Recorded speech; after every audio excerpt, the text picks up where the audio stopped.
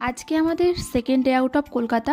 আর আজকে পিসির বাড়িতে আমরা মধ্যমগ্রামের উজ্জ্বলদা স্পেশাল বিরিয়ানি খেয়ে নিয়েছিলাম।